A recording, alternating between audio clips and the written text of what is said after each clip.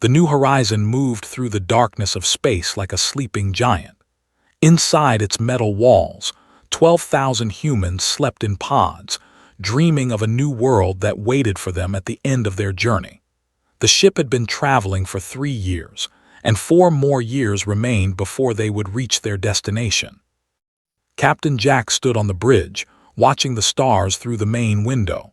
He was a tall man in his early 50s with gray hair and calm eyes. He had served in the military for 20 years before taking command of colony ships. This was his 3rd mission, and he loved the peaceful routine of deep space travel.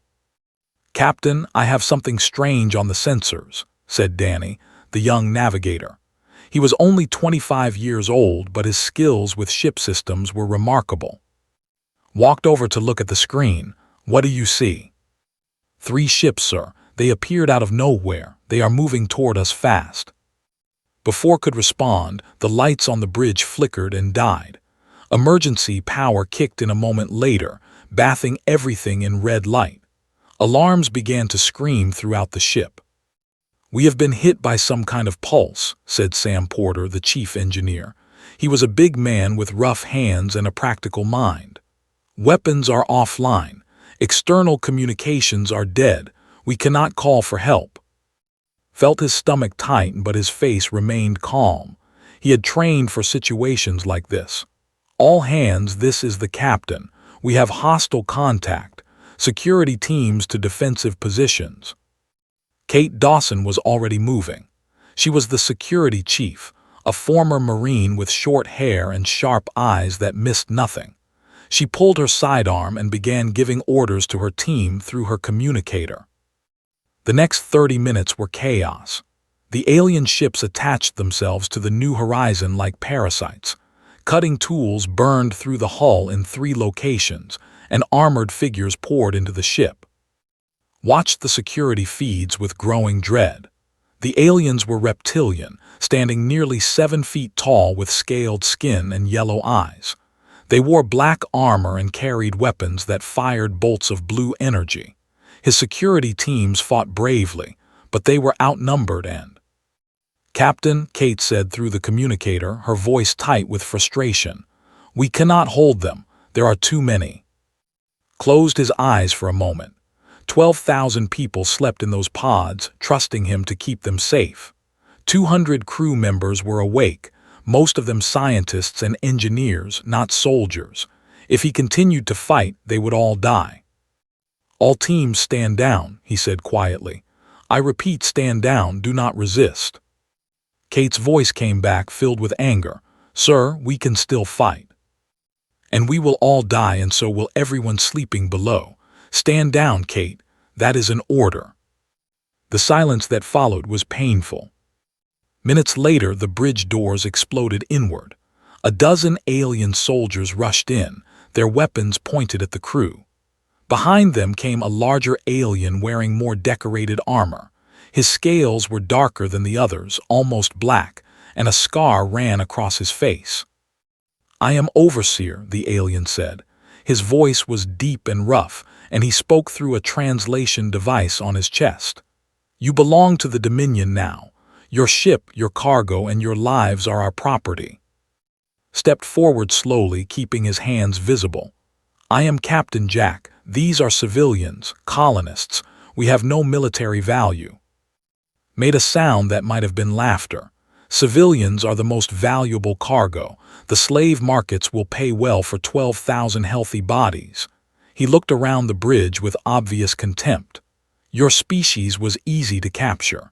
The intelligence reports were correct. Humans are weak and primitive." Said nothing. He simply watched the alien with steady eyes. "Take them to the cargo hold with the others," ordered. "Find their technical officers. I want access to those sleeping chambers." As the soldiers pushed the bridge crew toward the door, caught Kate's eye. She gave him a tiny nod, almost invisible.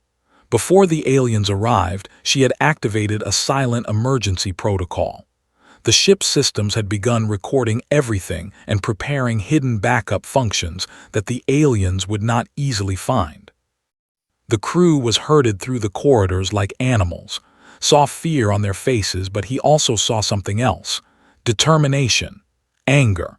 These were not people who would accept slavery quietly. Dr. Lisa Grant, the chief medical officer, fell into step beside him.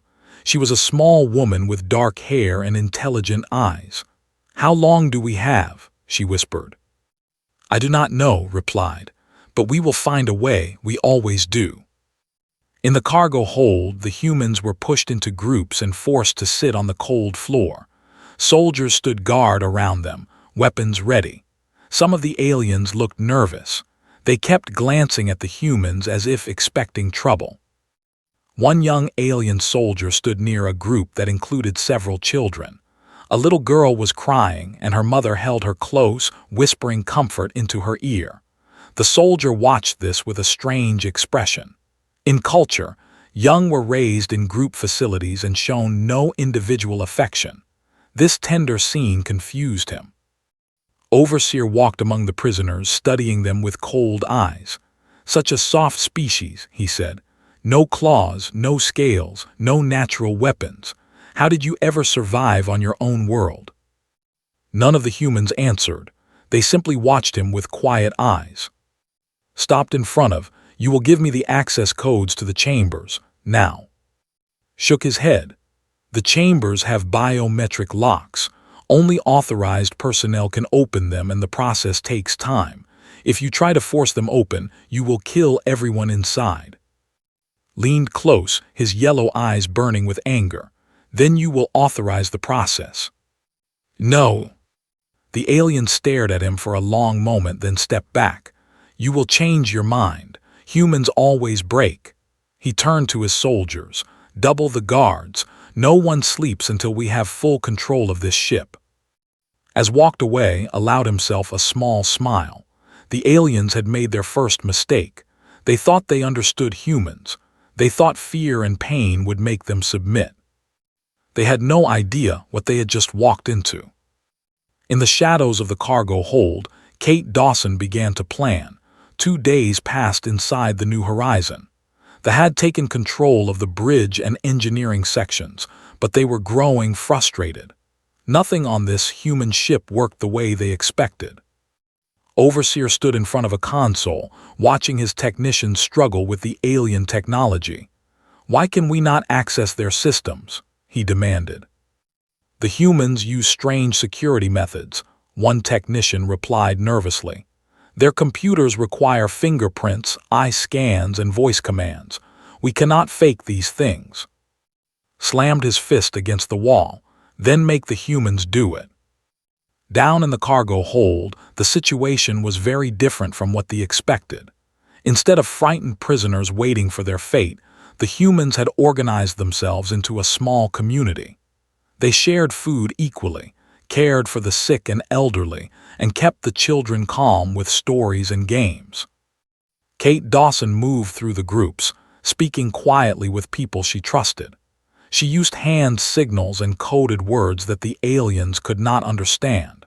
They had taken away their communicators, but humans had other ways to share information. "The guards change every 6 hours, she whispered to Sam Porter. "There is a gap of about 2 minutes during the shift change when the corridor to Section 7 is empty." Sam nodded slowly. "Section 7 has maintenance access to the backup power systems. If I can get there, I can restore internal communications without them knowing." "Can you do it?" Sam smiled. "I built half the systems on this ship myself. I know secrets the designers forgot." Meanwhile, Dr. Lisa Grant had been given permission to access the medical bay to treat injured humans. What they did not know was that she had also accessed the control systems. She carefully selected 50 colonists to wake, choosing people with military training, engineering skills, and survival experience. The awakening process was slow and quiet. Each person was briefed immediately upon waking. They understood the situation and accepted their role in the growing resistance. On the bridge, a scientist named was studying the biological data from the human prisoners. What he found made his scales turn pale with fear. "Overseer," he said carefully, I have completed my analysis of the human species." Turned to him with impatience, and they are from a Class 12 death world. The bridge went silent. Everyone knew what that meant. Death worlds were planets where everything tried to kill everything else. The gravity was crushing, the atmosphere was corrosive, and the wildlife was savage. No civilized species evolved on such worlds. "That cannot be correct," said. "Look at them. They have no armor, no claws, no venom." "Their adaptations are internal," explained. "Their bones are dense enough to survive impacts that would kill any of us. Their immune systems fight off diseases that would destroy our entire population. They can eat foods that would poison most species. And their endurance," he paused, checking his data again. "They can maintain physical activity for hours without rest. Some can run for entire days without stopping." Waved his hand dismissively. "Interesting facts, but meaningless. They are still outnumbered and unarmed. Physical strength means nothing against energy weapons." Wanted to argue, but he knew better than to challenge the overseer directly. In the cargo hold, a small incident was about to change everything. A guard named was patrolling near the human families. He stopped when he saw something strange. A human child, a boy no older than 5 years, had fallen asleep against his mother. The woman held him gently, stroking his hair and humming a soft song. Another woman sat nearby, offering food she had saved from her own meal. Had never seen anything like this. In society, children were property of the state. Parents had no special connection to their offspring, but these humans treated their young as if they were precious beyond measure. The mother looked up and saw him watching. Instead of fear, her eyes showed something else: determination, protection. She held her child, ready to fight if necessary. Felt something strange in his chest. He turned away and continued his patrol, but the image stayed in his mind. That night, Kate made her move. During the guard change, 3 humans slipped into Section 7. Sam Porter worked quickly, his hands moving over panels and wires he knew by heart. Within 30 minutes, he had restored hidden communication channels throughout the ship. "Kate, can you hear me?" he whispered into a small device. "Clear as day," came the reply. "Good work, Sam." Now the resistance could coordinate. Information began flowing between groups. Guard schedules were mapped. Weak points in the patrols were identified. Weapons were needed, but that would come later. Dr. Lisa Grant made another discovery during her medical research. Human pathogens, the tiny organisms that lived harmlessly inside human bodies, were affecting the. Several guards had reported feeling ill. Their immune systems had no defense against Earth bacteria. She did not create a weapon from this knowledge. She simply stopped recommending additional hygiene measures to the aliens. Nature would do the rest. Captain was brought before Overseer again. The alien was angry and frustrated. Nothing was going according to plan. "Your people are behaving strangely," said. "They do not cry. They do not beg. They watch us with those calm eyes like they are waiting for something." Shrugged, "We are a patient species." "I will break that patience.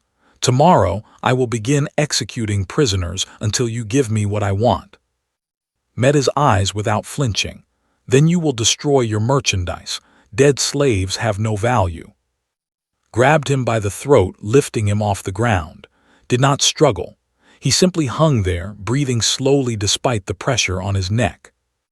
After a long moment, threw him to the ground. "Take him back. Double the guards on all sections. Something is wrong here and I will find out what." As was dragged back to the cargo hold, he allowed himself a small moment of satisfaction. They were scared. They did not understand what they were seeing, and fear of the unknown was a powerful weapon. That night, Kate gathered her most trusted people in a dark corner of the hold. 47 humans, a mix of original crew and awakened colonists, listened as she explained the plan. "We take back this ship piece by piece. We start with small actions: sabotage, confusion. We make them afraid of every shadow, and when the time is right, we strike." A man named raised his hand. He was a construction worker, not a soldier, but his eyes were hard with anger. "I have never killed anyone before." Kate looked at him steadily. "Neither had most of us before today, but those are our people sleeping in those pods, our families, our future. We do whatever it takes to protect them."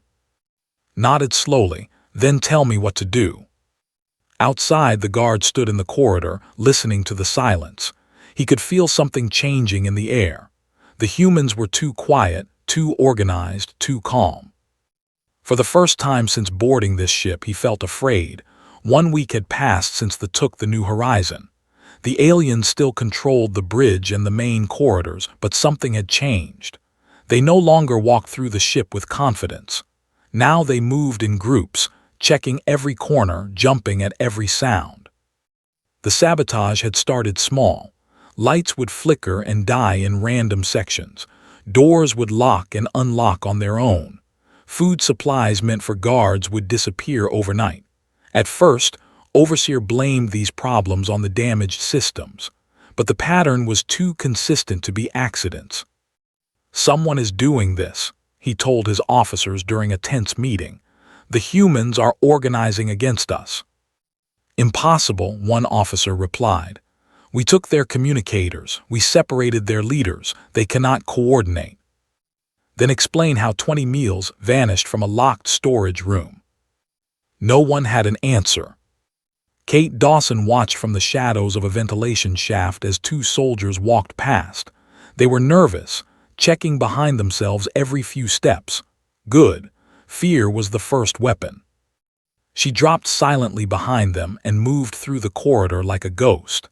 After a week of observation, she knew every blind spot in their patrol routes.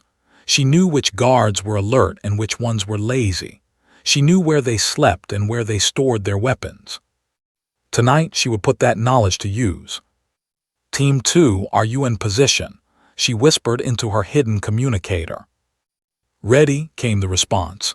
It was the construction worker who had never held a weapon before. In the past week, he had learned fast. "Team 3. Waiting for your signal." That was Sam Porter, positioned near the engineering section. "On my mark, 3, 2, 1, go." 3 things happened at once. The lights in Corridor 12 went dark. A small explosion echoed from the opposite side of the ship, drawing guards away from their posts, and Kate's team emerged from the ventilation shafts directly behind a patrol. The fight was short and brutal. The aliens were taller and had armor, but the humans moved with desperate speed. Kate took down the first guard with a metal pipe to the back of his knee, then grabbed his weapon before he hit the ground. Tackled another guard, using his weight and strength to bring the alien crashing to the floor. Within 60 seconds, 4 lay unconscious, and the humans had captured 4 energy rifles. "Move," Kate ordered. "Back to the safe zone before they realize what happened." The team disappeared into the maintenance tunnels, carrying their prizes. On the bridge, received the report with cold fury.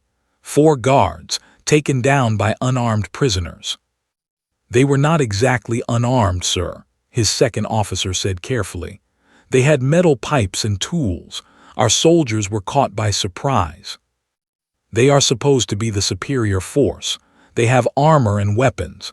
How can soft creatures with pipes defeat them?"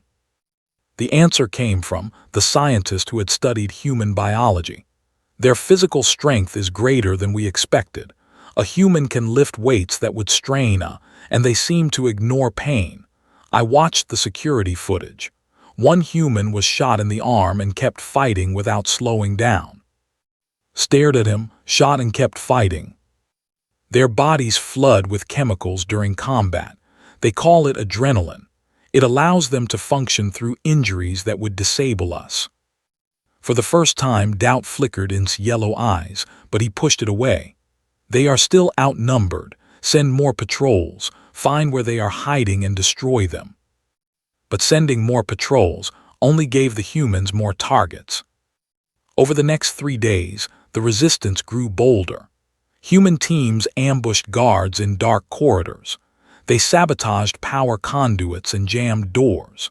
They rescued prisoners from isolated holding areas and brought them into the safe zones that now covered most of the lower decks. Dr. Lisa Grant set up a medical station in a hidden compartment. She treated wounded humans with stolen supplies and awakened more colonists with useful skills. The population of the resistance swelled to over 200. The sickness also spread. What started as mild discomfort became fever and weakness. A dozen guards were too ill to stand. Their immune systems had no experience with Earth bacteria, and every breath they took made the infection worse. "We should wear breathing masks," suggested two. "And show weakness to the prisoners. No, we will endure." But endurance was exactly what the humans did better than anyone. The breaking point came on day 10. A patrol discovered a group of human children in a corridor they thought was secure. The lead guard, angry and frustrated from days of harassment, raised his weapon. "No more hiding," he snarled. "These young ones will teach the others to obey." He never finished his threat. 3 adult humans came out of nowhere, attacking with bare hands. One was a woman who had been a teacher before the journey. Another was an elderly man who had worked as a farmer. The third was. They had no weapons. They had no armor. They had only the desperate need to protect their children. Grabbed the guard's weapon arm and twisted. The alien was stronger, but refused to let go even when claws raked across his face. Blood ran into his eyes, but he kept fighting. The teacher slammed her body into another guard, knocking him off balance. The farmer attacked with a fury that surprised even himself. The children ran to safety. By the time reinforcements arrived, the humans had disappeared, leaving 2 unconscious guards behind. Overseer watched the security footage in silence. A teacher, a farmer, an ordinary worker. They had attacked armed soldiers without hesitation and had won. "What kind of species is this?" one of his officers whispered. Had no answer. That night, Captain was brought before him again. The human looked tired but unbroken. His eyes still held that quiet confidence that was beginning to hate. "Your people attacked my soldiers again," said. 3 of your kind against armed warriors and they won. Explain this." Smiled slightly. "You threatened their children. So nothing in this universe will stop a human from protecting their young. Not weapons, not pain, not death. You could line up every soldier in your empire and it would not matter. We would go through them all." Leaned forward. "That is not possible. No species has that level of dedication." "Then you do not know humans." Stood and walked to the window, looking out at the stars. "Perhaps I was wrong about your kind. Perhaps you are more dangerous than I thought." He turned back to, "But danger can be managed. Tomorrow I will take hostages and execute them one by one until your resistance surrenders." His expression did not change. "If you harm one more human, none of your soldiers will leave this ship alive. That is not a threat. It is a fact. You cannot win against 300 warriors. We do not need to win. We just need to make victory cost more than you can pay." Stared at him for a long moment. Then he called for the guards. "Take him back, and tell all patrols to stay in groups of 6 or more. No one travels alone anymore." As was led away, he felt hope burning in his chest. There were no longer hunters. They were prey pretending to be hunters. And humans were very good at hunting. Day 12 on the new horizon. The hunters had become the hunted. They controlled only the bridge and a few sections around it. Every other part of the ship belonged to the humans now. The corridors were dark and silent, but that silence was more frightening than any alarm. Overseer stood on the bridge, surrounded by his remaining loyal soldiers. Half his force was dead, captured, or too sick to fight. The illness had spread through his ranks like fire through dry grass. His proud warriors now shook with fever and struggled to hold their weapons steady. "We should call for retreat," his second officer said quietly. "Return to our ships and leave this cursed vessel. And admit defeat to these primitives." His voice was sharp with anger. "The Dominion would execute us all for cowardice. Staying here might kill us anyway." Knew this was true, but his pride would not allow him to accept it. He had conquered dozens of ships in his career. He had enslaved thousands of beings. He would not be defeated by soft creatures who could not even grow proper claws. "We hold position," he ordered. "Reinforcements will come." But deep in his mind, doubt had taken root and would not leave. Kate Dawson gathered her forces in the main cargo hold, which had become the heart of human resistance. Over 300 fighters stood ready, armed with captured weapons and makeshift tools. Behind them, the rest of the crew and awakened colonists waited, ready to support however they could. "Today we take back our ship," Kate announced. "We have 4 objectives. Sam, you lead Team 1 to engineering. I want full control of all ship systems." Sam Porter nodded, his face set with determination. "Your team secures the armory. We need those heavy weapons before the bridge fight." Tightened his grip on his captured rifle. The wounds on his face had over, giving him a fierce appearance. He was not the same man who had asked what to do a week ago. Combat had changed him. "Dr. Grant, your medical team stay mobile. Treat the wounded wherever they fall." Lisa Grant had trained a dozen colonists in basic first aid. They stood ready with supplies gathered from all over the ship. "Captain will coordinate from here through comms. I will lead the main assault on the bridge." Stepped forward. "Remember what we are fighting for. 12,000 people are sleeping in those pods, trusting us to protect them. We did not start this fight, but we will finish it. Whatever happens today, they will learn that humans are not prey. We are not slaves. We are survivors, and we do not give up."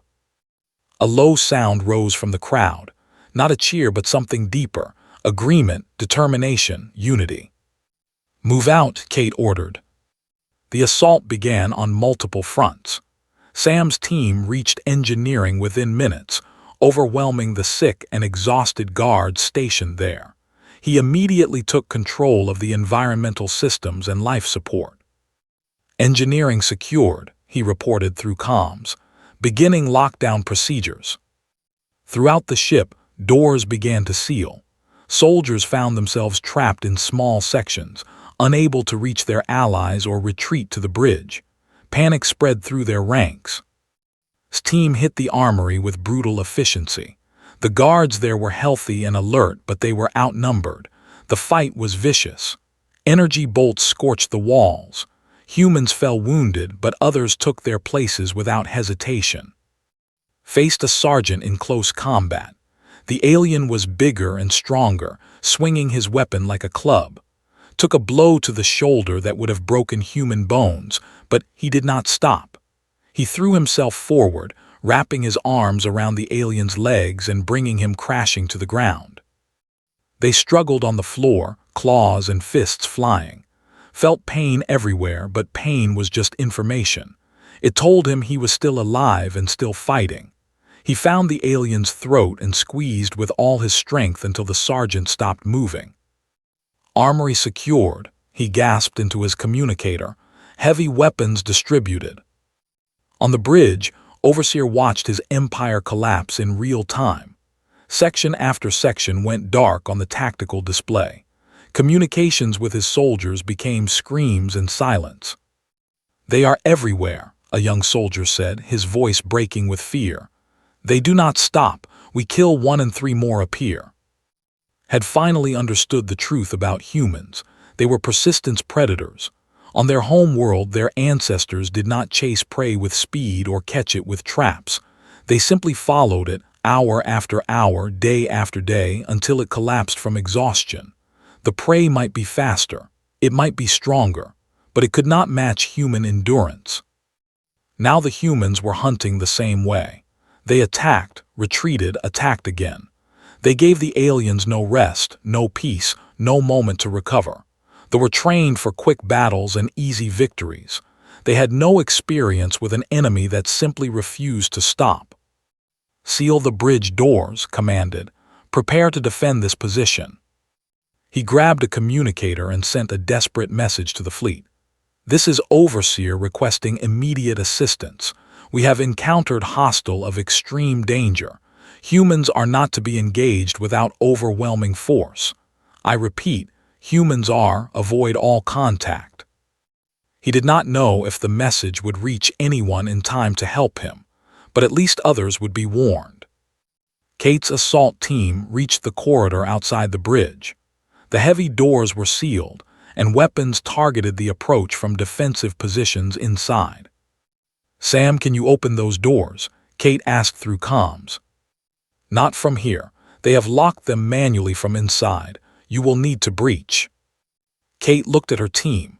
They were tired, wounded, and running low on ammunition, but their eyes burned with determination. "Set up the cutting torches," she ordered. "We go through." Inside the bridge gathered his remaining soldiers, 30 warriors, some of them barely able to stand, against hundreds of humans who had already proven they could defeat far better odds. "When they come through," said, "we fight to the last. We do not surrender."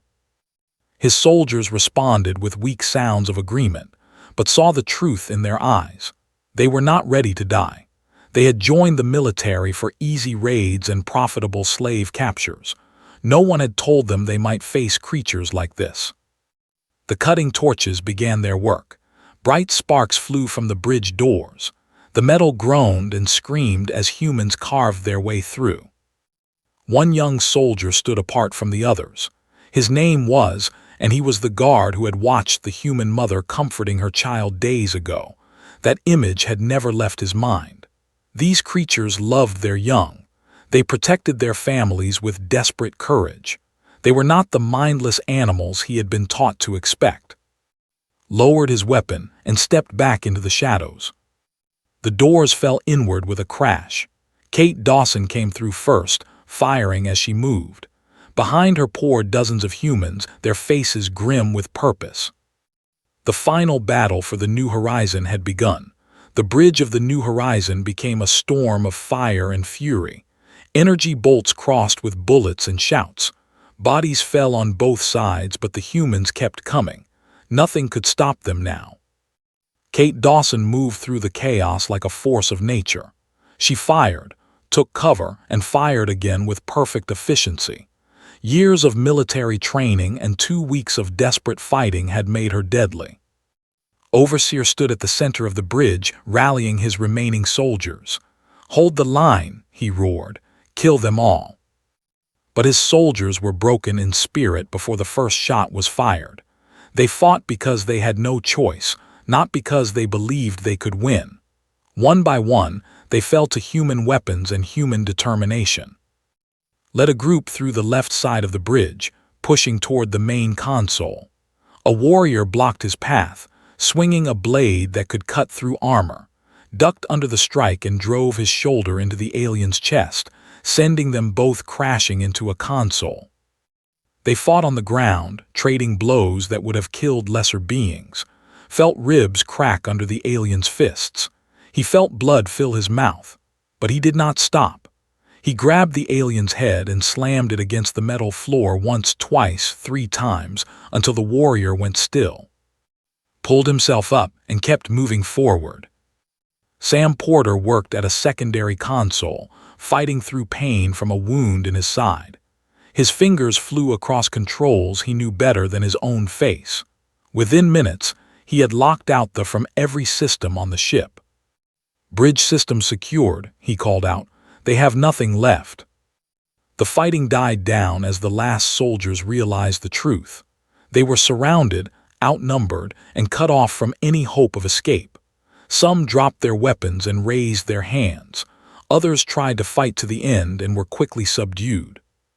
Kate walked through the smoke and blood toward Overseer. The alien commander stood alone now, his soldiers dead or captured around him. His black armor was scorched and dented, and green blood ran from a wound on his arm. "It is over," Kate said, her weapon pointed at his chest. stared at her with hatred burning in his yellow eyes. "You think this is victory? My fleet received my warning. They will come with 1,000 ships and burn your world to ash." "Maybe," Kate replied, "but you will not be there to see it." She lowered her weapon slightly. "Captain wants you alive. You will face trial for your crimes." Made a sound of disgust. "Trial? You captured us fairly in battle. In culture, that makes us your property. Kill us or use us, but do not insult us with your human rituals." "We are not," Kate said simply, "and that is exactly why you lost." 2 hours later, the New Horizon was fully under human control again. Dr. Lisa Grant led her medical teams through the ship, treating wounded from both sides. Some of the humans were confused when they saw her caring for injured. "They tried to enslave us," one man protested. "Why help them?" Lisa looked at him with tired eyes. "Because we are not like them. We help those who cannot help themselves, even our enemies. That is what makes us human." The man had no answer to that. In the cargo hold that had been their prison, the humans gathered to assess the damage. 23 crew members and colonists had died in the fighting. Many more were wounded, but 12,000 still slept safely in their pods, unaware of the battle that had been fought to protect them. Captain addressed the gathered crowd. His voice was rough with exhaustion, but his words carried strength. "We have won a victory today," he said, "but it came at a cost we will never forget. We lost friends, family, and brothers and sisters in this fight. They gave their lives so that others might reach our new home. We will honor them by completing our mission." Cheers rose from the crowd, mixed with tears. "But first, we have a message to send." The fleet arrived 3 days later. 5 warships dropped out of faster-than-light travel, weapons charged and ready for battle. But what they found was not what they expected. The New Horizon floated peacefully in space, fully operational. No damage was visible on its hull, and on every frequency, a message played on repeat. "This is Captain Jack of the human colony ship New Horizon. 14 days ago, your people attacked us without warning and attempted to enslave our colonists. That was a mistake." The commander watched as images appeared on his screen. Images of defeated soldiers, captured weapons, and overseer in chains. 300 of your warriors boarded our ship. Fewer than 50 survived. We did not have superior weapons or numbers. We simply refused to lose. Remember this lesson well. Spread it throughout your empire and beyond." His face appeared on screen, calm and steady. "Humans do not forget attacks on our families. We do not forgive those who threaten our children. We will not be enslaved, conquered, or broken. Your species is warned. Leave us alone and we will leave you alone. Attack us again, and what happened here will seem gentle by comparison." The message ended. The commander sat in silence, processing what he had seen. His orders were to destroy the human ship and recover Overseer, but those orders had been given before anyone knew the truth about humans. "What are your commands?" his second officer asked. The commander thought about his career, his honor, his duty. Then he thought about losing 5 ships to creatures who could defeat armed warriors with their bare hands. "Set course for home," he said quietly. "We have seen enough." The fleet turned and vanished into the darkness of space. On the bridge of the New Horizon, Kate Dawson stood beside Captain, watching the enemy retreat. "Do you think they will spread the warning?" she asked. Nodded. "They will tell everyone. By the time we reach our new home, every species in this sector will know what humans are capable of." "Is that a good thing?" Smiled. "It means fewer people will try what they tried. Fear can be a powerful protector." A young voice interrupted them. The soldier who had lowered his weapon before the final battle was escorted onto the bridge by 2 guards. He had surrendered willingly and had been treated fairly.